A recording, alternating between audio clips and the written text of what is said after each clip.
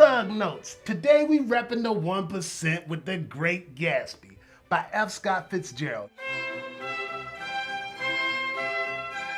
Now, Nick Carraway is an Ivy League white boy who rents a house in Long Island next door to the pimpin' crib of Jay Gatsby, a rich playboy with that mad Mitt Romney money. Across the way, my boy Nick be chillin' with his cousin Daisy and her man Tom. Now, what Daisy don't know is that Tom got himself a sexy hoe on the side named Myrtle. Now, Myrtle is married to some weak-ass punk named George who can't please his woman. One day while kicking it at Gatsby's crib, Nick discovered that his cousin Daisy used to be Gatsby's main bitch. He moved to Long Island in hopes that he might get a crack at that ass again. Anyway, all these rich white folks decide to take a trip to Manhattan together. These fools arrive at the Plaza Hotel where Daisy's hubby Tom gets all crunk about Daisy and Gatsby's relationship. Gatsby and Tom get all up in each other's grill and tell Daisy that she's got to choose her man, but this bitch can't make up her mind. Back in the hood, George straight up says, "Myrtle, I know you've been acting like a dirty skank." Myrtle loses her shit with George and says, "I wouldn't have to play you if you didn't act like such a bitch." So Daisy be driving Gatsby's car back to Long Island when that crazy hoe Myrtle just goes up and slings her ass in front of the car. Bam! She dead.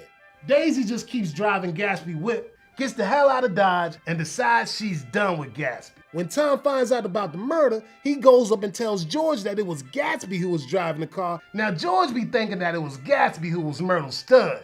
So that boy George grabs a 9 and caps Gatsby while he's chilling in his pool. Then he done iced himself. Damn. After dealing with all this rich white boy angsty bullshit, Nick decides he needs to get his ass out of New York and chill out in the Midwest.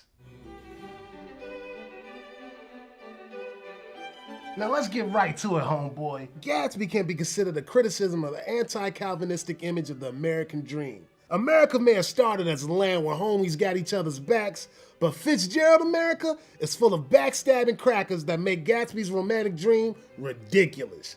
My boy Gatsby keeps it real by sticking to his American ideals. Like that fool Mentor says, because of the beauty of his dream and the heroism of his efforts to move beyond it, Gatsby can be made great.